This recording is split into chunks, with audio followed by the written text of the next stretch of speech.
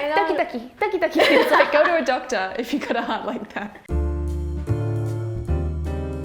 Hey guys, welcome to Tokyo Creative Play. I'm your host Emma, and today I'm here with the amazing, the wonderful, my fellow Tokyo Creative worker, Shiori! Hello everyone! Yay. I'm Shiori! Today we are going to do 7 Japanese words that don't exist in English! Yay! Yes. So I need your help in explaining these and figuring them out. So let's get started. So, first of all, my English is not that great, so I explain a lot of things, but Emma will always support me. So. Okay, Emma? Yes? Do you know Japanese, before eat, we always say something? Oh yeah, do you want to say it together? Hai, se no, itadakimasu! So before eating, we'll say itadakimasu because we appreciate food and we are just eating something everyone did the best. So that's why I'm saying thank you for being food. You're being food. So it's like a itadaku is the meaning is like to like receive, right? Yes, itadaku is the receive. So I'll eat you. Oh, maybe that's it. Could you explain a bit more I'll do my best. So itadaku is to receive, basically. So it's hard to find an explanation in English. The best way I can think of it is kind of just appreciating the food and either the people who made the food or gave you the food. Also, it can kind of be like saying in English, maybe like amen?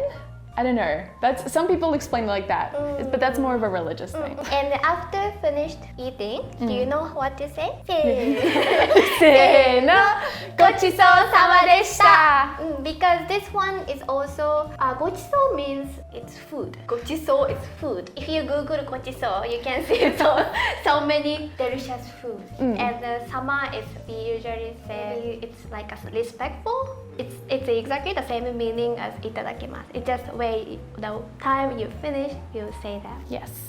I don't know how to fully explain. That's a pretty good explanation of gochisousama. But I always say it to like a chef at a restaurant. I say it to them. Yeah, if they've made the food, I usually say it to them. I don't think you say these things in Australia, right? Not really. Well, you've been here for 2 years, so you are saying this all the time? Yeah. All friends, all colleagues, all foreigner friends always say naturally because you guys already get used to say these things. Yeah, because we've been here for a while. So if you come to Japan, please try to say itadakimasu and gochisousama. What's the next one? So Emma, when you finish shooting here and when you leave office, you always say something to us. Yeah. Okay. Right? And otsukaresama deshita. I always say otsukareta, which means I'm tired. So this is also very Japanese thing to say. It's like thank you for your hard work and thank you for today's work kind of feeling. Yeah. So instead of saying goodbye, we are saying, okay everyone, today's work is finished. Let's go back, but thank you for your work kind of feeling. Yeah, so if you're leaving work, if someone else is leaving work, you always say otsukaresama deshita or otsukare-sama or otsukare. But I also hear it in other situations, like at the hairdresser. When I get my hair done, the hairdresser is always like otsukaresama deshita, even though I just sat there and they did my hair. But I guess because it takes a long time to do your hair, they say that. We say that. Yeah. Actually, yes. So it doesn't have to be only the working situation. It has a lot of meanings. Yeah. I guess. Anytime you're working here, if you have opportunities, just say otsukare to anyone. Yeah. Oh, here's another good one for work situations. What's the next one? Okay. This one we say all the time. Se no, yoroshiku. We say this quite a lot of situations. Yeah, so you can say yoroshiku onegai shimasu. It's really hard to explain. It's like, I've seen explanations that are like, please take care of me. So you are providing something for someone else and you're like, please take care of me. Take care of me. It's the one because I've never lived in other countries. So anytime I want to say something in English, I always say something in my head in Japanese, right? Yes. So I always said, I want to use yoroshiku, but I cannot find any words. So I Google it and it turns out, thank you, please take care of me. So it's so weird. I've seen in dictionaries, the translation has been like, pleased to meet you. But you can say it in those kind of situations. So for example, if I go to like an audition or something, you say yoroshiku so much, but you go in and you're meeting new people and you're going to be working with them maybe in the future. You say yoroshiku onegai shimasu. Includes a lot of expectation, I feel. Yeah. I think if it doesn't fully make sense, once you've been in a Japanese scenario for a while, it gradually makes sense, but it's quite hard to explain in English. So this one also, you can use yoroshiku to anyone in Japan. So the next one isn't so commonly used, is it? It's not really like an everyday thing, but it is a word that I don't think we have a direct translation in English. So komorebi. This actually used to be my favorite Japanese word because I was like, oh, there's no translation. It's so artsy. Here is the kanji. Tree, leaking, sun. Tree leaking sun. You love leaf. Yes, you love I love tree, leaves. right? you love nature, right? Yes. Just imagine walking on the forest and you found that today is so sunshine, it's shining, and so many trees. But on the road, you can see a lot of small shadows, which is komorebi. So could you explain a bit more? So it's just the shapes that the leaves make on the ground with the shadows when the light is filtering through the leaves. I don't think we have a word for it in English. So Emma, you guys don't have this kind of specific scenery, situation, explanation? No, we just don't have a word for it. Yeah. It's nice that Japanese has a word for it. It's very sweet. Yeah. Very poetic. Yeah, and there's another word I want to introduce, something related to nature. Okay. Shinrin-yoku. Shinrin-yoku. Yes. Shinrin means forest. I love forests. Sorry, there's like 5 trees. It's like 3 trees in the first kanji and then 2 trees in the second kanji. Yeah. So we got a lot of trees happening. Them together means forest, right? And the yoku is sorry, I cannot pronounce bathe. Forest bathing. Yes. So this is similar to komorebi situation, but we say something yoku. It's always you enjoy the place. The feeling is you feel the forest. Forest bathing is like just being one with nature. Maybe that's the best way to say it in English. But going into the forest and enjoying all the experiences, the sounds, the feeling of the air, everything like that. Okay, that's all I wanted to introduce. I think this one, it has a lot of variation. Japanese onomatopoeia.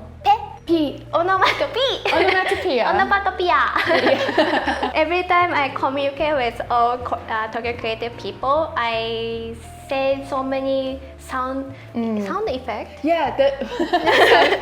Yeah, so onomatopoeia, the word is the same sound that it makes. Yes. Like pitter-patter of the rain. Pitter-patter, pitter-patter, pitter-patter. Pita-pata? Yeah, I think that's an onomatopoeia. Splash.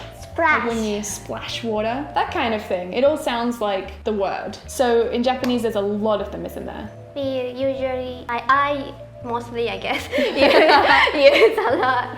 For example, if I punch you, I say tuksh. I think if you play Street Fighter or those kind of game, every time you punch in the game, they say tuksh, tuksh. I don't think adults say tuksh.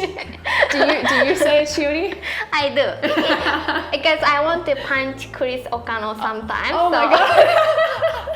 So I just do tuksh. We have a lot of onomatopoeia for food, I guess. Paku-paku? Paku-paku, yes. What's paku-paku? Paku-paku is eating. Paku-paku, taberu. Paku-paku.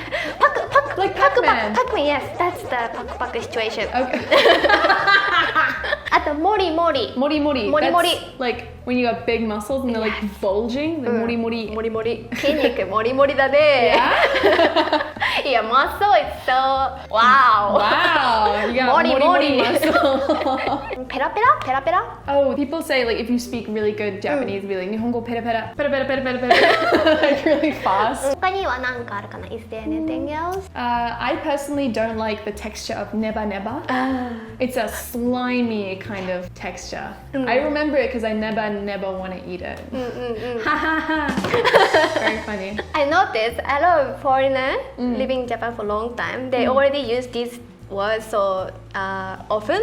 So they say, I don't like never food. They Oh, usually say that. Yeah, because it's easier to say never food than like, I don't know, slimy food. It's like never, you know what foods we're talking about. We're talking about natto, we're talking about like okura. And Tokidoki, the Japanese manga say Tokidoki. Yeah, it's Because like your heartbeat. heart beating, what you guys say? Ba-boom, ba-boom, ba-boom.